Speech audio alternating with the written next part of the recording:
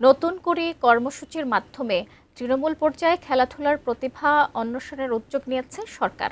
এর ধারাবাহিকতায় মুন্সিগঞ্জ জেলায় ইনডোর ও আউটডোর ভেন্যুগুলো ইতোমধ্যে খেলাধুলার উপযোগী করে প্রস্তুত করা হয়েছে। মুন্সিগঞ্জের সুইমিং পুল থেকে বিস্তারিত জানাচ্ছেন প্রতিনিধি ভবতোষ চৌধুরী নূপুর। নূপুর, কি অবস্থা, প্রস্তুতি কেমন দেখতে পাচ্ছেন, একটু জানাবেন।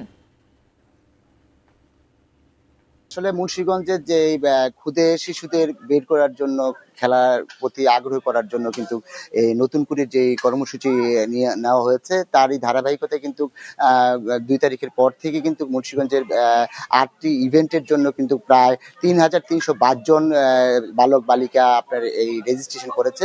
আমি আছি যে মুন্সিগঞ্জে যেখানে দাবা খেলা হচ্ছে, ক্ষুদে বাচ্চারা যেখানে দাবা খেলছেন সেই জায়গাটিতে আছি। আপনি দেখতে পাচ্ছেন বিভিন্ন উপজেলা থেকে কিন্তু তারা আসছেন।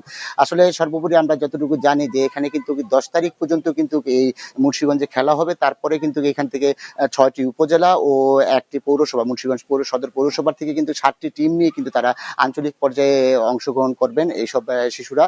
পাশাপাশি সেখান থেকে তারপর জাতীয় পর্যায়ে তারা খেলবেন। আসলে এখানে যেই ধরনের খেলাগুলি হচ্ছে তার মধ্যে কিন্তু আপনার রয়েছে ক্রিকেট, ফুটবল, অ্যাথলেটিক্স, দাবা, সাঁতার, মার্শাল আর্ট, এই ধরনের 8টি ইভেন্ট রয়েছে।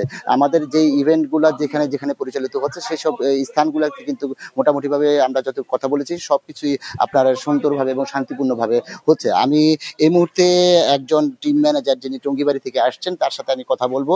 আমি তার কাছে জানতে চাইবো যে আসলে কি অবস্থা, তারা এখানে খেলা বাচ্চাদের নিয়ে আসছেন, কি অবস্থা দেখছেন, কি পরিস্থিতি রয়েছে। ধন্যবাদ আপনাকে, টিএন বাংলাকে। অত্যন্ত সুন্দর এবং মনোরম পরিবেশে মুন্সিগঞ্জের এই নতুন কোটি মেধা অন্বেষণ ক্রীড়া প্রতিযোগিতা অনুষ্ঠিত হচ্ছে। দাবার দেখতে পাচ্ছেন আপনারা, অত্যন্ত সুন্দর মনোরম পরিবেশে ক্ষুদে দাবারুরা অত্যন্ত চমৎকার ভাবে তারা তাদের ক্রীড়া শৈলী উপস্থাপন করছেন। আশা করি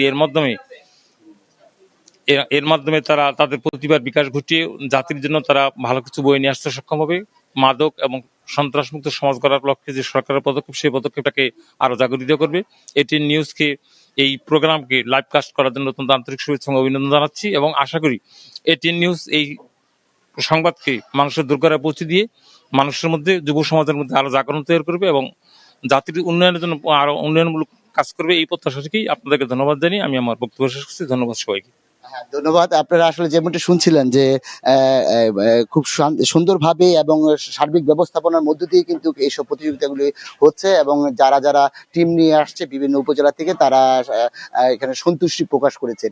এই ছিল আমার কাছে নতুন করে যে কর্মসূচি তা নিয়ে সর্বশেষ পরিস্থিতি মুন্সিগঞ্জ থেকে।